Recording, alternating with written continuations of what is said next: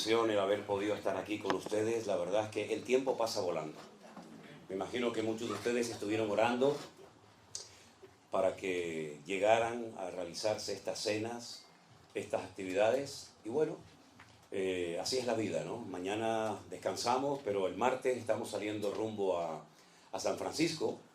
Y bueno, los hermanos también allí, lógicamente, pues merecen, ¿no?, que vayamos y estemos con ellos unos días. Y vamos también a celebrar algunas cenas y reuniones y cultos en algunos lugares.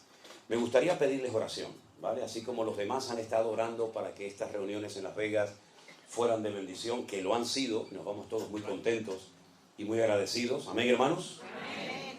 Pues ahora queremos pedirle a ustedes que oren para que las actividades que vamos a tener en San Francisco sean de bendición y las personas que van a asistir pues disfruten y se gocen del tiempo que vamos a estar pasando allí, porque estoy seguro de que también el Señor tiene bendiciones para nuestros hermanos en aquel lugar. Pero lo bonito de todo esto es que nuestras oraciones siempre suben muy rápidamente a la presencia de Dios. Ahí no hay problema de cobertura. El Señor no pierde nunca la cobertura, no la pierdas tú. No pierdas tú la cobertura y la presencia del Señor en tu vida, porque ese es el tesoro más grande que tú tienes. Más grande que tus hijos, más grande que tu marido, tu esposa. El tesoro más grande que tú tienes, ni siquiera es tu ministerio. Es la presencia, la cobertura del Señor en tu alma y en tu corazón. Porque se puede vivir sin hijos, se puede vivir soltero, se puede vivir de una forma sencilla y humilde, pero no se puede vivir sin la presencia de Dios. Él dijo, separados de mí, nada podéis hacer. Y el hombre se empeña en demostrarse a sí mismo y a los demás que puede vivir sin Dios y se equivoca rotundamente. El hombre sin Dios ha llegado a conductas y a comportamientos peor que animales salvajes. Las cosas que oímos, no sé aquí, porque aquí cuando llego, cuando estoy de viaje me desconecto completamente de las noticias y no sé lo que está pasando por ahí, a menos que sea algo muy grave, pero realmente cuando uno escucha, por ejemplo, las noticias en los noticieros de España, es increíble. Muchas veces tenemos que decir, oye, apaga eso, porque todos son tragedias. Niños que no sé qué, mujer que no sé cuánto, y estamos constantemente rodeados de noticias terribles. Y muchas veces, sinceramente, ni me interesa saberlas ni oírlas, a menos, ya digo, que sean noticias tremendas, como por ejemplo este tremendo y último terremoto que ha habido en Turquía. Cuando nosotros estábamos en Israel, yo no lo sentí, pero en algunas partes de Israel, sobre todo en la costa, sobre todo en la ciudad de Tel Aviv, dice que sintieron parte de este movimiento, porque allí en Israel hay dos placas tectónicas, la africana y la asiática, y una sube y la otra baja, y cuando golpean, los terremotos son terroríficos. Y cuando me llegó la noticia de que había habido un terremoto de una magnitud tremenda en Turquía, y iban por 200 o 300 muertos, yo dije, oh, madre mía, 300 muertos, qué barbaridad, qué tragedia, ¿no? Hermanos, 300, ojalá hubieran sido solamente 300. Yo creo que la última cifra hablaba más de 100.000 muertos, y de miles y miles de personas desaparecidas. Creo que iban por 80.000 edificios que se derrumbaron, y nunca se sabrá exactamente cuántas personas quedaron sepultadas, aunque se cuentan historias tremendas de gente que logró sobrevivir sin agua y sin comida por 7 días, 8 días y más, ¿no? Realmente es algo tremendo, ¿no? Pero bueno, queridos hermanos, este es el mundo en el cual vivimos. La vida no es fácil, y para los cristianos muchísimo menos, sobre todo para los creyentes que quieren vivir como Dios manda. Ahora, si quieres ser un cristiano del montón, si quieres ser un cristiano de estos light, como yo llamo, sin compromiso, que hagas lo que te dé la gana, y bueno, entonces a ti no te va a pasar nada, entre comillas. Ya bastante desgracia tienes con ser así. Pero si quieres ser un cristiano como Dios manda, de alguna manera sentirás presión en tu puesto de trabajo. Tus amigos, quién sabe, hasta en tu propia iglesia. Nunca ha sido fácil para un cristiano que quiere ir en serio y poner su vida en orden, desde los pies a la cabeza. Nunca ha sido fácil la vida, pero contamos con el favor y con la bendición y el aval de nuestro Dios. Amén, hermanos. Y yo quisiera leerles en esta tarde parte de un capítulo que a mí siempre, de toda la vida, cada vez que lo he leído, para mí ha sido de una bendición tremenda, porque hay pocos capítulos en la Biblia, digamos, monográficos. Es decir, que hablen de un solo tema. Hay capítulos que tocan diferentes temas, ¿no? Y van saltando de un tema a otro. Y ya digo, hay muy pocos, hay algunos, pero muy pocos capítulos en la Biblia que toquen desde el primer versículo prácticamente hasta el último un solo tema, ¿verdad? Y lo vayan desarrollando progresivamente, como por ejemplo el caso de 1 de Corintios 13, que es un capítulo que habla fundamentalmente del amor, y en cada versículo te va dando una información, un dato interesante acerca del tema del amor, ¿verdad? Sus características, sus aplicaciones, etc. Tenemos, por ejemplo, el capítulo 12 de la carta de Pablo a los Romanos. Es un capítulo que habla acerca de los dones del Espíritu Santo y que lo mezcla con los deberes de los cristianos, de los hijos de Dios. El capítulo 8 de la carta de Pablo a los Romanos, viviendo en el Espíritu, ¿verdad? ¿Qué significa eso de vivir en el Espíritu? ¿En qué consiste?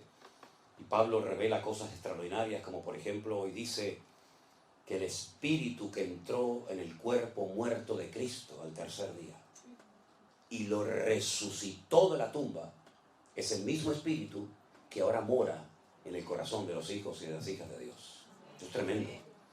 Esto es tremendo. Jesús estuvo literalmente muerto. No es que se desmayó, como algunos dijeron. No es que robaron el cuerpo, como dijeron también algunos en su época. Jesús literalmente murió. Si hubiera ido un médico y hubiera estado en aquel lugar, hubiera dicho, este hombre está muerto. No hay latido, no hay riego sanguíneo, no hay nada, está muerto. Pero dice la Biblia que al tercer día el Espíritu de Dios, ese Espíritu que él dijo, Padre, en tus manos encomiendo mi espíritu, ¿verdad? Entró en él nuevamente con tal poder y con tal autoridad que lo levantó de la tumba al tercer día victoriosamente para no morir nunca más. Y ese mismo Espíritu es el que el Señor le dice a sus discípulos, no os dejaré huérfanos, rogaré al Padre para que os envíe al Consolador, al Espíritu Santo, para que esté con vosotros para siempre. ¿Cuántos dicen amén? Amén. Él tomará de lo mío y os lo hará saber. Él os recordará todo lo que yo os he enseñado. Él os guiará a la verdad. Y estará con vosotros siempre, cada día, ¿verdad? Y me glorificará a mí. Y cuando Él venga, dice el Señor, convencerá al mundo de justicia, de pecado y de juicio. Es el mismo Espíritu. Y todo eso lo relata Pablo en el capítulo 8 de la carta a los Romanos. Pero hay otro capítulo que es el que yo quiero leer en esta noche, que es el capítulo de la fe. ¿Cuál es ese capítulo? Ese es. Hebreos capítulo 11. Tenía un amigo mío que se convirtió, que el pobrecito no sabía leer muy bien, y un día llega y dice, hermano, vamos a leer la carta a los Hebreos. Sí. Digo, vamos a ver. No son los Hebreos, no son los Hebreos. Están los Hebreos, que es otra cosa, hombre. Ay, Señor. Aquel que dijo, carta de Pablo a Galicia, a los gallegos, ¿no? No, a los Gálatas, que es otra cosa. Y bueno, Hebreos capítulo 11 es el capítulo efectivamente de la fe. Y nos da una pequeña definición. La Biblia considera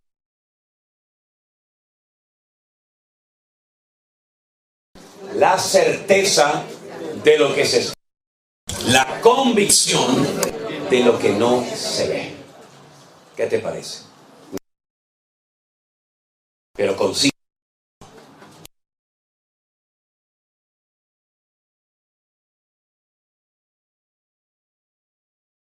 Dios mediante. Ahora, si observas, por ejemplo, el tema de la fe, a mí me llama la atención que se presenta desde diferentes puntos de vista, desde diferentes ángulos. Aquí en el iglesia hay varias, bueno, aquí también tenemos una a la derecha que está grabando. Tuviéramos 4 o 5 cámaras. Cuando terminara esta reunión, ¿cuál de todas las cámaras que grabaron la reunión, cuál grabó la verdad? Todas. Lo que pasa es que lo hicieron desde diferentes ángulos. Uno del lado derecho, del lado izquierdo, detrás, delante, etcétera, etcétera. Incluso algunos ponen hasta una cámara arriba, ¿no? Para grabar de arriba para abajo, ¿no? Bueno, La fe en la Biblia es presentada desde diferentes ángulos. Por ejemplo, la Biblia dice que la fe es el medio a través del cual el hombre puede llegar a salvar su alma. Efesios capítulo 2, verso 8 dice: por gracia sois salvos por medio de la fe. Y esto no de vosotros, pues es don de Dios. Es decir, que sin fe el hombre no puede invocar el perdón de Dios y ser salvo, ¿verdad? Y pasar de muerte a vida. La fe es el medio para obtener la salvación. Pero cuando Pablo le escribe, por ejemplo, a otros hermanos, a la iglesia de Galacia, él dice que las obras de la carne son, y da una lista, creo que de 19 o 20 manifestaciones diferentes de la carne, del ego. Pero finalmente él llega y dice: más el fruto del Espíritu es amor, gozo, paz, paciencia, benignidad, fe, mansedumbre, templanza. Contra tales cosas no hay ley. Es decir, que no solamente la fe es el medio para obtener la salvación, sino que la fe es parte del fruto del Espíritu Santo que tiene que manifestarse y tiene que notarse en nuestra vida según va pasando el tiempo. Pero es curioso que cuando le escribe a los Corintios, Pablo no utiliza el tema de la fe como el medio para la salvación o como parte del fruto de una de las características de una vida conectada con Dios, sino que él habla de un don.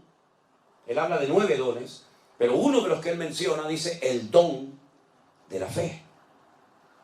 Y yo pongo el siguiente ejemplo. Imagínense los hermanos que se fueron esta mañana a sus respectivos hogares. Bueno, tuvieron que llenar el depósito de su vehículo de gasolina hasta arriba, porque van a viajar muchos kilómetros y van a hacer muchas horas conduciendo. Y no pueden viajar con el depósito en reserva, ¿no? Sino tienen que llenarlo hasta arriba. Y probablemente durante el camino tendrán que volver a llenarlo y soltar el dinero. Ahora, si usted quiere ir de aquí a unas cuantas cuadras, tal vez con la poquita gasolina que usted tiene en este momento en su carro, en su coche, usted puede llegar sin ningún problema. Pero si usted quiere emprender un largo viaje, con esa gasolina usted no va a llegar, se va a quedar tirado en el camino. ¿Hasta dónde tú quieres llegar en tu relación con Dios? Tal vez con la fe que tienes puedes llegar de aquí a la esquina y puedes hacer alguna cosita. Pero si tú quieres adentrarte en una auténtica aventura con Dios, no te va a quedar más remedio que llenar el depósito de fe de tu corazón. Porque con la fe que tienes a lo mejor no llegas ni de aquí a la esquina. Ahora vemos en la palabra de Dios que la fe puede crecer, también menguar, y también puede ser contaminada. Pero hablemos de cómo crece la fe, ¿verdad? Porque si la Biblia dice en el versículo 6 que sin fe es imposible agradar a Dios, entonces nos conviene tener mucha fe. ¿No estamos de acuerdo, hermanos? Sin fe es imposible agradar a Dios. Por lo tanto, yo necesito saber cómo puedo tener una buena fe, robusta, firme, madura, para que cuando llegue el momento de la prueba, que llegará, mi fe no me falle y esté en óptimas condiciones. Bueno, analizando la palabra de Dios, uno se da cuenta de que la fe, tarde o temprano, para que crezca, tendrá que ser probada por el fuego, dice Pedro. La fe, aunque es más preciosa que el oro, tendrá que ser probada por el fuego de la prueba. Y entonces ves en la Biblia que prácticamente no hay ni uno de los grandes hombres de Dios que su fe no fue probada en un momento puntual de su vida. Miren, por ejemplo, la vida del patriarca Abraham. Abraham vivía en lo que sería hoy en día aproximadamente Irak, por allí, por el Éufrates, por el Tigris, por Mesopotamia.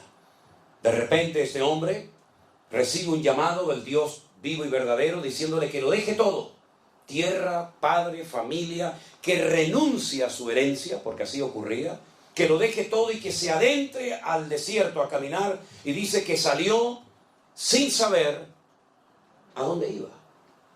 Cuando usted salió de su casa, de su ciudad, hace unos días para poder venir a estas reuniones, usted sabía a dónde iba, ¿sí o no? Cuando usted salió esta tarde de su hogar para venir a esta reunión, usted sabía a dónde tenía que venir. Pero si alguien paraba a Abraham por el desierto y le decía, ¿a dónde vas? Abraham no podía dar una respuesta coherente, decía, no lo sé.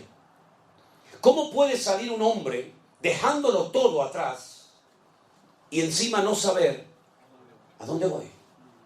Salió sin saber a dónde iba, dice la palabra. Versículo 8 dice, obedeció para salir al lugar que había de recibir como herencia y salió sin saber a dónde iba. Versículo 9. Por la fe habitó como extranjero en la tierra prometida, como en la tierra ajena, morando en tiendas con Isaac y Jacob, coherederos de la misma promesa.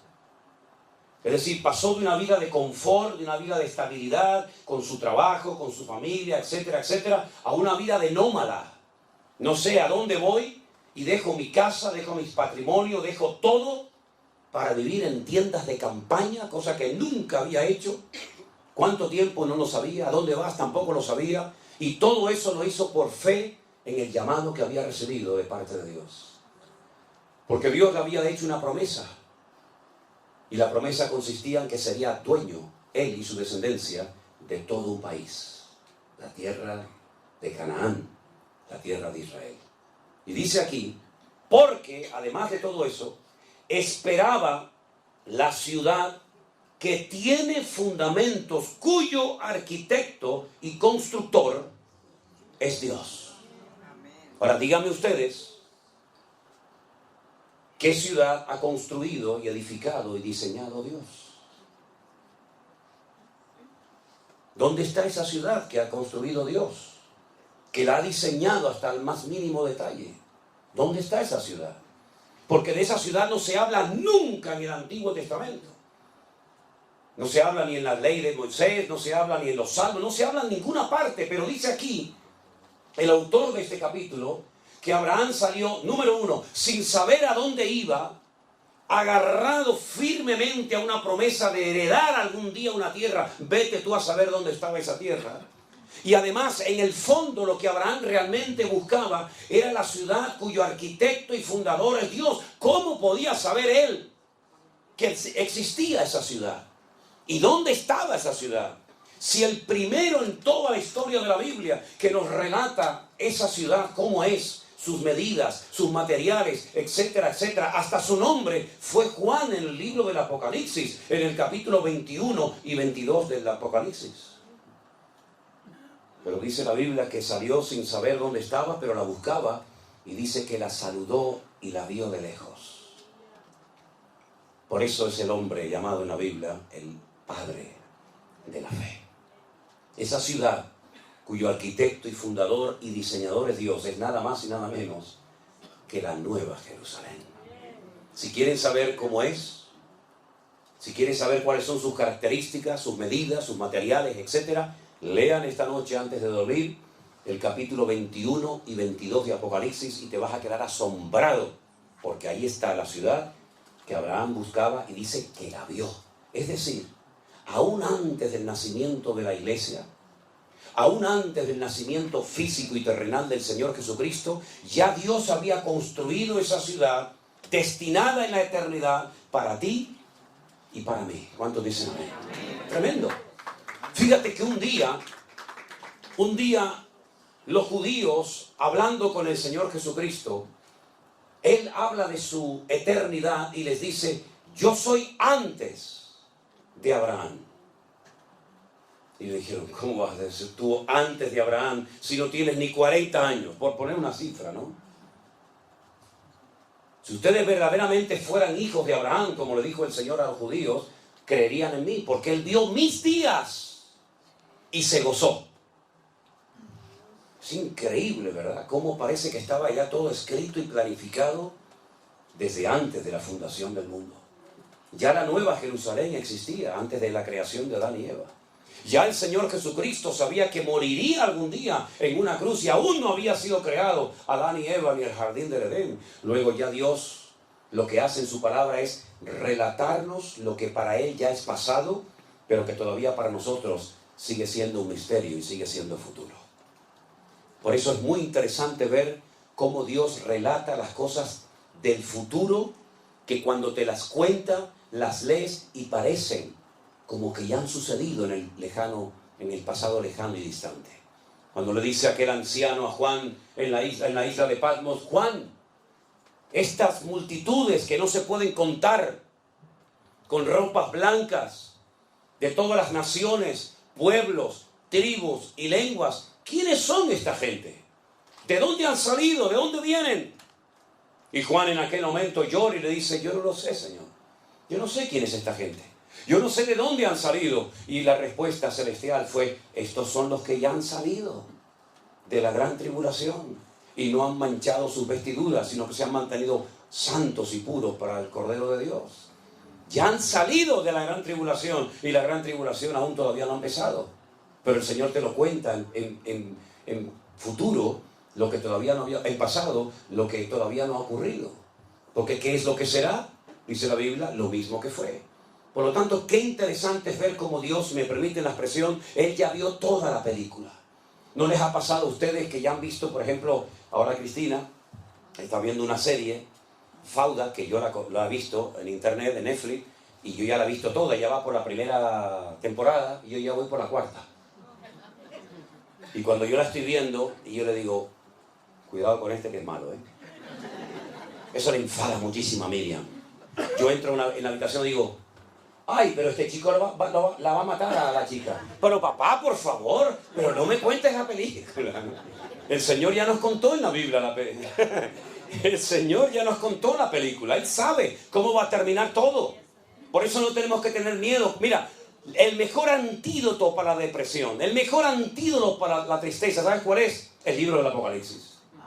Ay, pero a mí me da miedo. No, a mí todo lo contrario, a mí me anima un montón el Apocalipsis, porque veo al diablo derrotado, porque veo el cielo y la tierra nueva, porque veo la venida del Señor, porque veo el milenio, porque veo el reino milenial del Señor, porque todo termina bien para la honra y la gloria del Señor. Dios nunca pierde, siempre gana todas las batallas. Aleluya.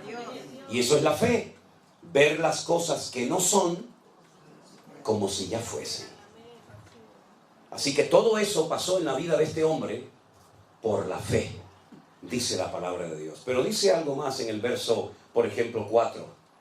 Por la fe, Abel, ¿saben quién era Abel, verdad? Uno de los hijos de Adán y Eva. Abel ofreció a Dios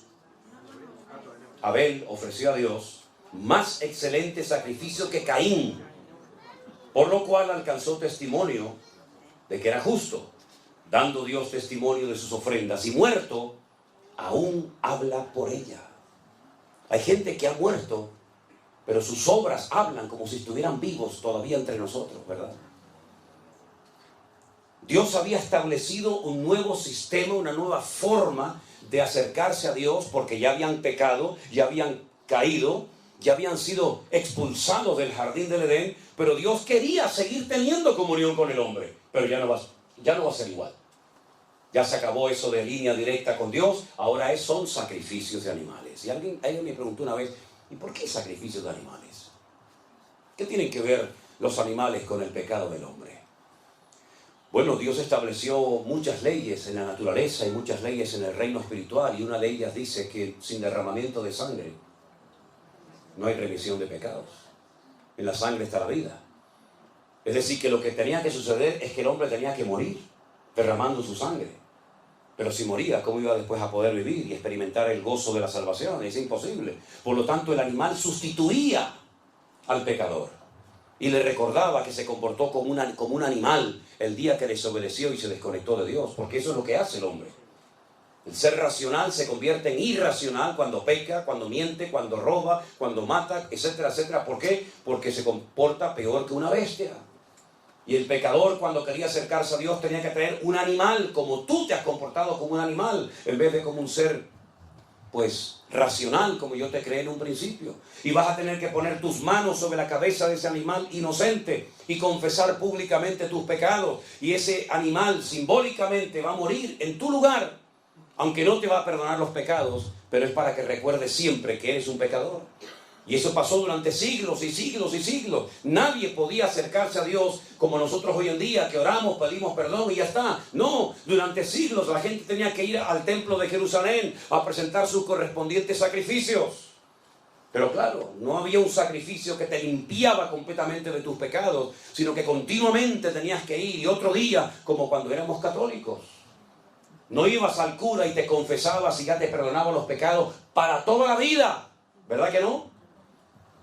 Yo me acuerdo que un día un cura me dio una bofetada, me dio un sopapo un cura una vez, porque como nos obligaban a confesarnos cuando yo estaba en el colegio de curas y era monaguillo, pues me llevaba a confesar antes de poder comulgar. Antes era así. Y cuando iba al cura y le decía de aquello de Ave María Purísima, sin pecado concebida, hijo, cuénteme sus pecados. Y yo, de bromista, le digo, Padre, me confieso de mis pecados y también me confieso de los pecados que voy a hacer cuando salga de misa otra vez. Y salió del confesionario y me dio una bofetada y dice, no, sin vergüenza, no tienes vergüenza. Digo, es que voy a pecar otra vez, es que hay una niña que me gusta mucho y me voy a ir con ella después cuando salga de la misa. ¿Te das cuenta?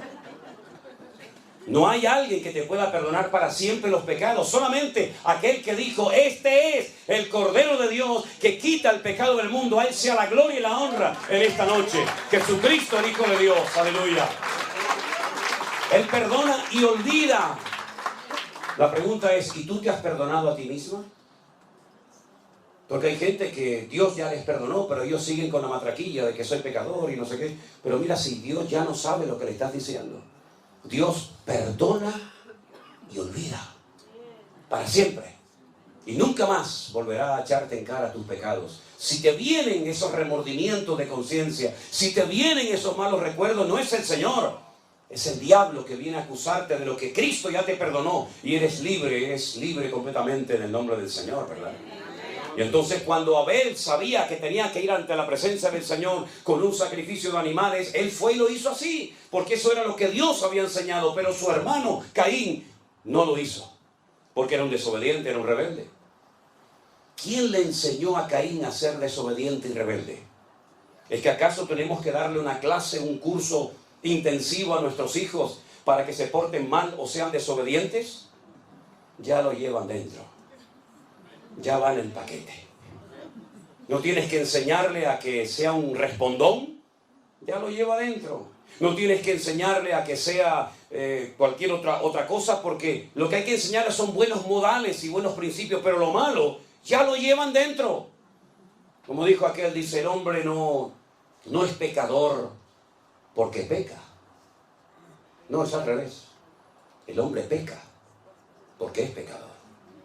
Y hay algo que nos domina, es algo que nos atrapa, y a menos que tú lleves eso a los pies de Cristo, hay una fuerza interior que aunque digas, no lo voy a hacer más, no lo voy a hacer más, lo vuelves a hacer otra vez y otra vez y otra vez.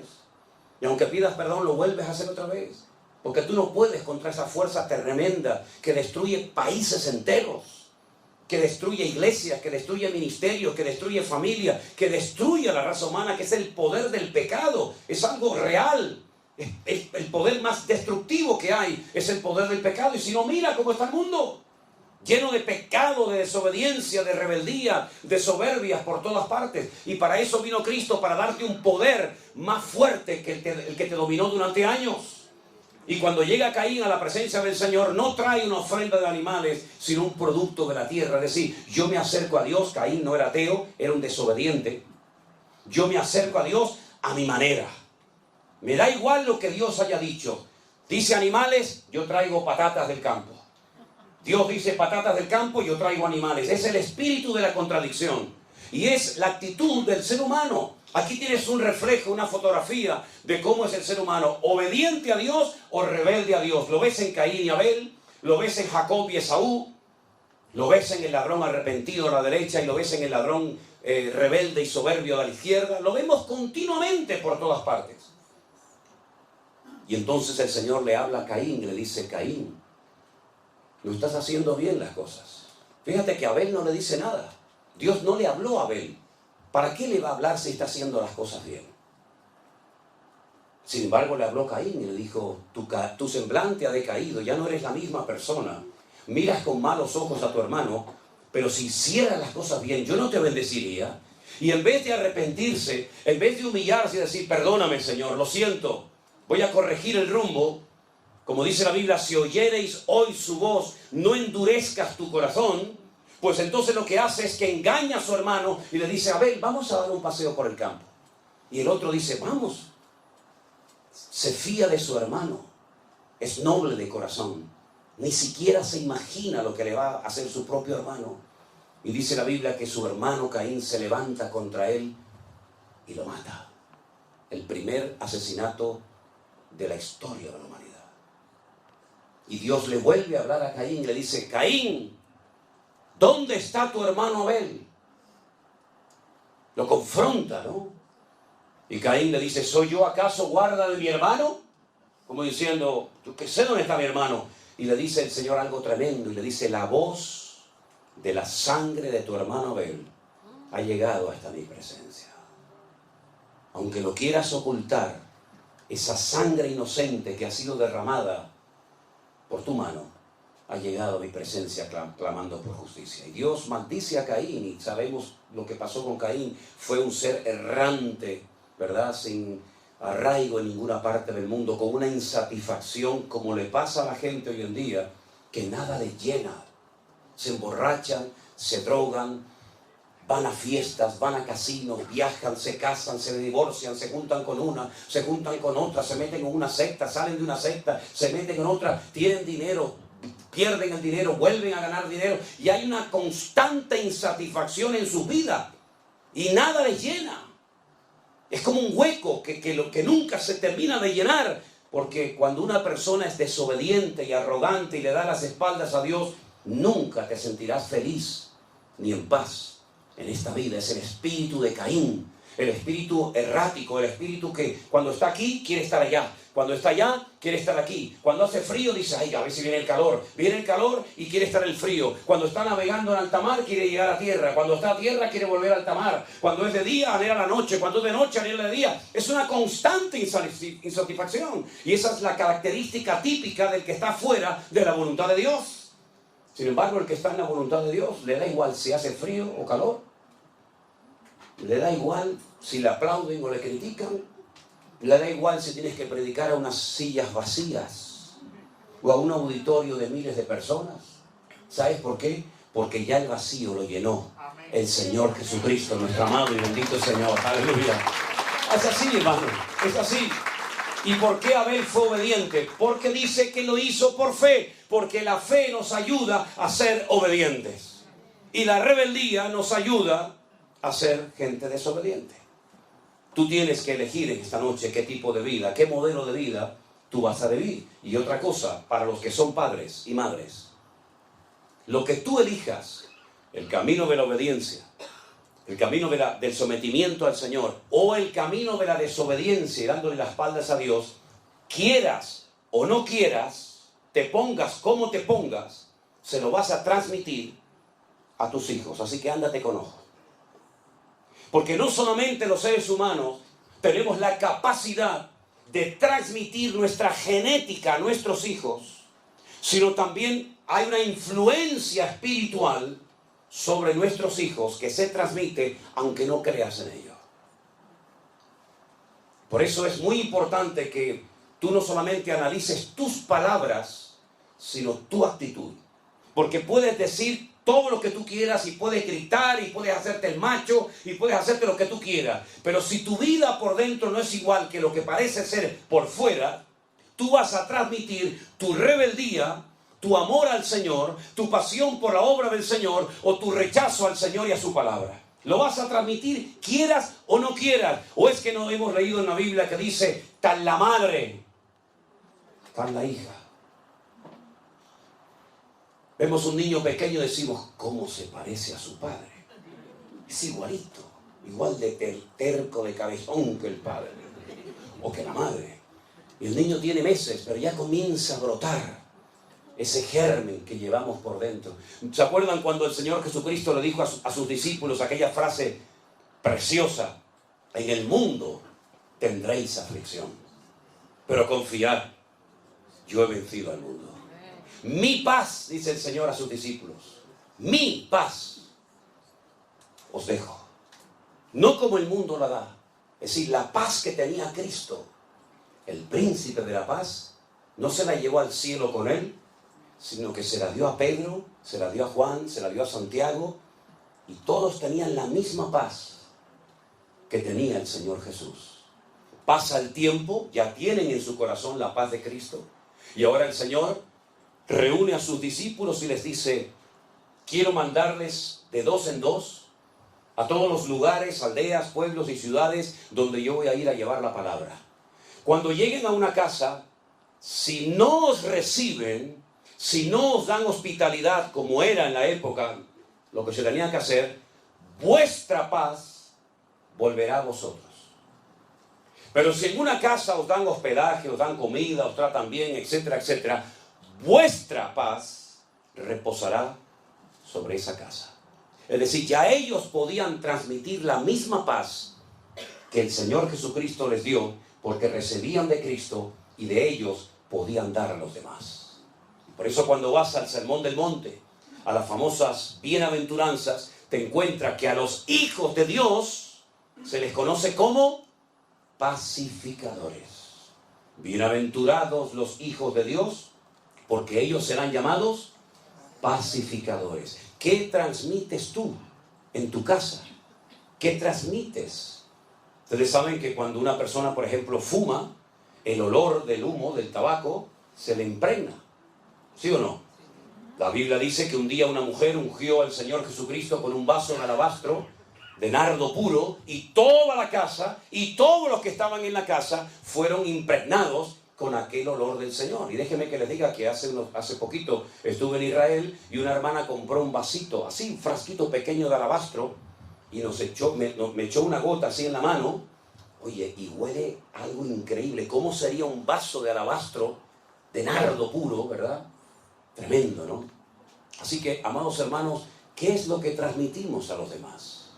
Cuando llegas a un lugar, transmites confianza, transmites fe, transmites optimismo, transmites la presencia de Dios. ¿O qué transmites?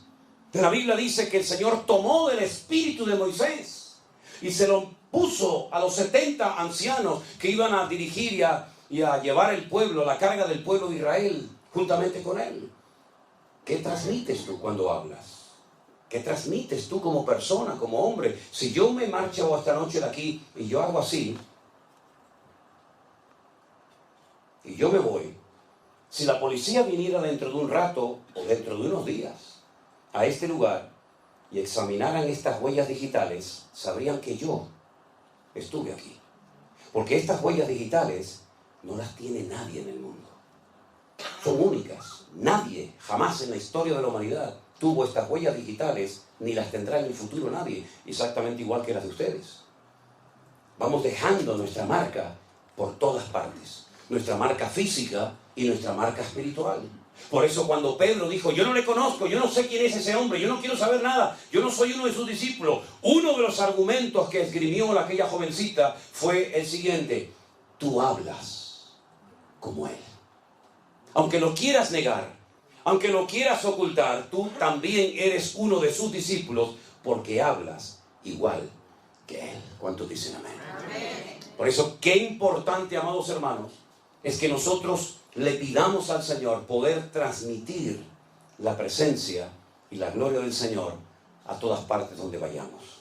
A veces lo conseguimos, a veces no, pero ten presente que a donde quiera que vayas, tú vas a transmitir lo que llevas por dentro, lo bueno y lo malo. Hay un refrán que seguramente ustedes lo conocen que dice: el que a buen árbol se arrima, buena sombra le cobija. ¿Lo conocen, verdad? Yo se lo voy a decir bíblicamente porque soy más espiritual.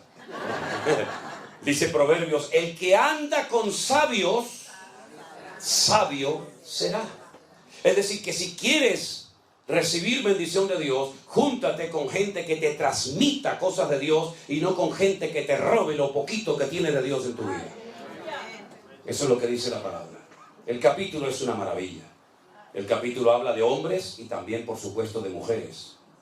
Dice la Biblia que Sara, la esposa de Abraham, era una mujer estéril y ya muy mayor, ya avanzada en edad, y no podía tener hijos. Pero dice la Biblia en el verso 11, por la fe, otra vez, por la fe, siempre todo es por la fe, Sara, siendo estéril, recibió fuerzas para concebir y dar a luz aún fuera del tiempo de la edad. ¿Por qué? Porque creyó que era fiel quien se lo había prometido. Humanamente hablando, era imposible que esa mujer quedara embarazada. Era muy mayor, era estéril, y nunca antes de ella hay un registro histórico de una mujer que fuera sanada de esterilidad. Ella no podía mirar atrás y decir, es que ya el Señor sanó a esta y sanó a aquella. No, no había nada. No había ningún punto de referencia. Ella iba a ser la primera mujer en la historia de la humanidad sanada de esterilidad. Y dice que como le creyó a Dios, recibió fuerzas y quedó embarazada. Hubo un momento en su vida, después de 30 años de esperar el hijo de la promesa y no venir, que le propuso a su marido Abraham, un hombre muy obediente, que tuviera relaciones con su criada Agar. Y fue la ruina de Abraham y del mundo entero. Porque cuántos problemas, cuántas guerras, cuántas muertes se podían haber evitado si Abraham hubiera esperado y no hubiera mantenido relaciones con aquella muchacha de origen egipcio. Fue tan terrible la convivencia, fue tan terrible el ambiente en el hogar, que dice la palabra de Dios que el Señor le dijo a Abraham, échala a ella y echa al hijo de ella, porque no puede heredar el hijo de la esclava con el hijo de la libre. Y estoy hablando de Agar y de Ismael, el padre de todas las naciones árabes.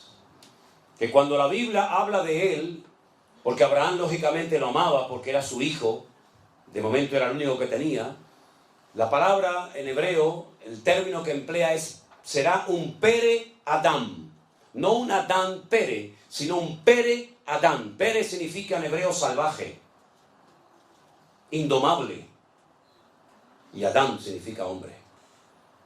Y no es que invierte el orden por equivocación del error, del copista, no, es que lo hizo a propósito. Lo que va a predominar en él, más que su parte humana, va a ser su parte animal. Es un salvaje. Él siempre estará en contra de todo el mundo. Y todo el mundo estará siempre en contra de él. Y por su espada vivirá. Así es que esto es imposible, esta convivencia entre unos y otros. Cógelo y échalo de casa y yo me encargaré de él. Y es entonces cuando ella es expulsada del hogar de Abraham, cuando el Señor se le presenta en un pozo, y es la primera vez que el Señor le habla a través de un ángel a una persona en la humanidad, Agar. Y le promete que va a ser príncipe de 10 naciones y le promete prosperidad, como hasta el día de hoy la vemos. Naciones que cuando vas, tú dices, pero esta gente ¿qué tiene? Si no tienen ni un árbol, no tienen nada más que arena, arena, arena y nada más que arena. Sí, pero escarba un poquito debajo de la arena y vas a ver la bendición de Abraham. Vas a ver cómo son capaces de vivir en lugares donde hay 60, 70 grados de temperatura en Celsius, pero son capaces de poner al mundo de rodillas. Porque lo que tienen debajo no lo tiene ninguna nación de la tierra. Y curiosamente heredaron una característica de su padre Abraham, como es la hospitalidad. No hay pueblo más hospitalario que las naciones árabes. ¿Qué te parece? Pero dice la palabra de Dios que cuando esta mujer es expulsada del hogar y el Señor le cuida y le protege milagrosamente, es entonces cuando Sara recapacita y se da cuenta que cuando Dios te da una promesa, tienes que aprender a esperar en la promesa de Dios, aunque pase mucho tiempo. Porque Dios, cuando te promete algo, a veces te da una indicación de cuándo vas a ver el cumplimiento de dicha promesa que has recibido.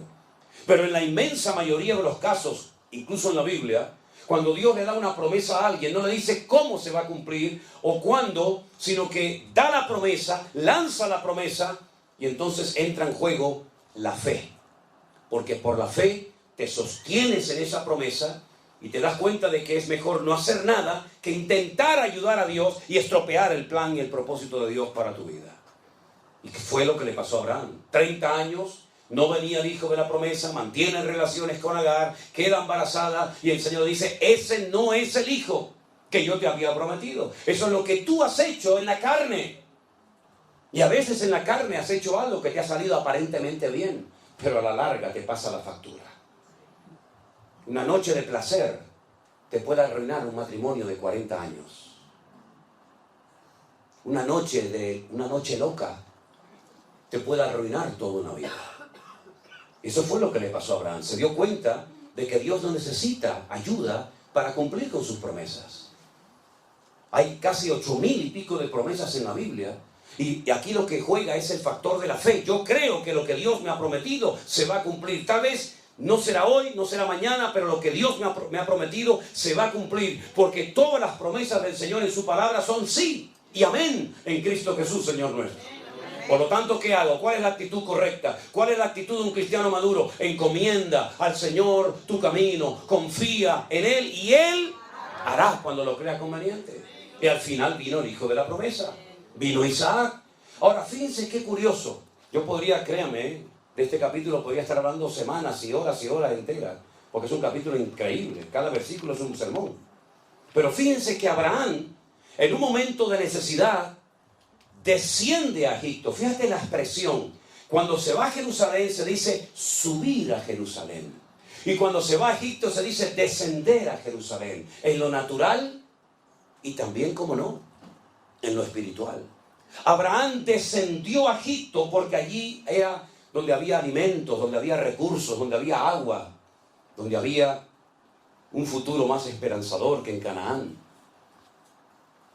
Y allí el Señor le habló, lo trató y todos conocemos la historia. Y al final él tiene que huir, tiene que marcharse de Egipto.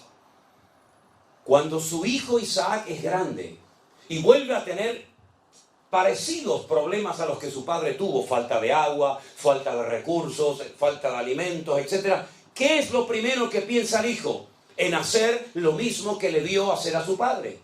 Descender a Egipto. Pero Dios le dice a Isaac, no vayas a Egipto, no desciendas a Egipto.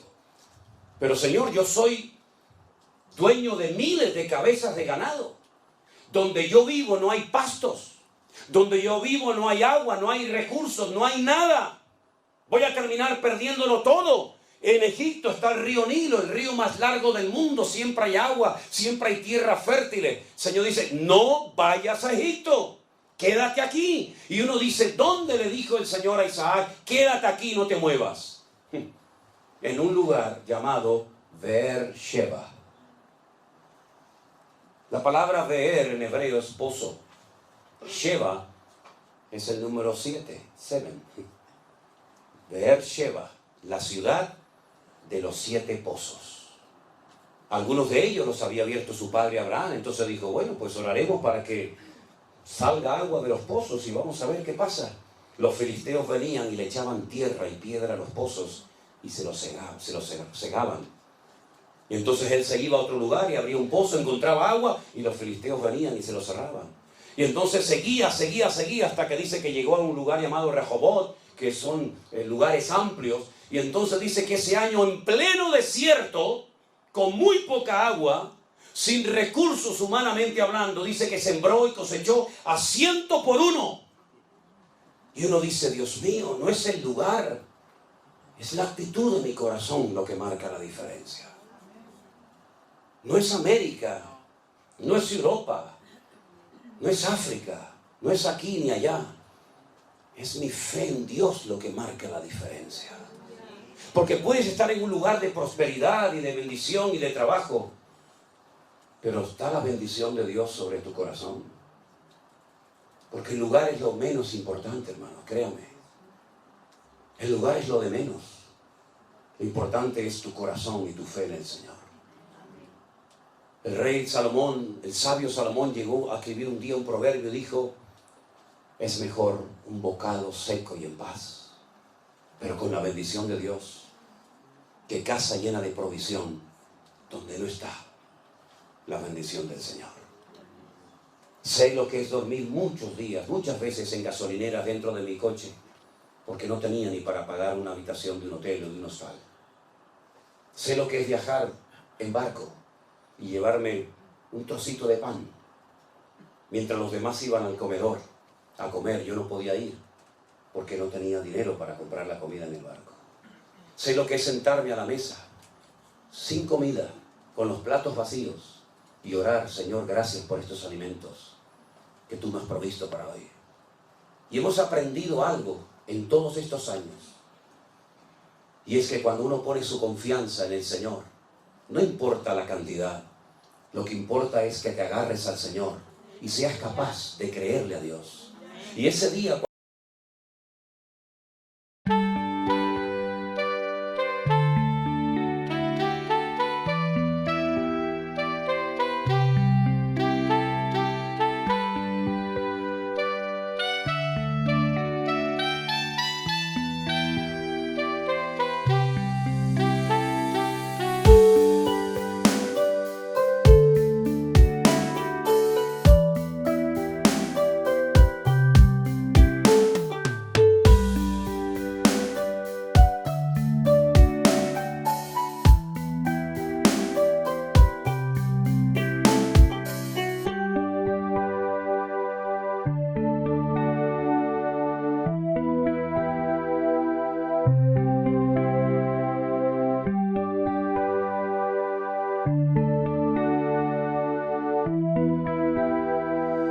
Thank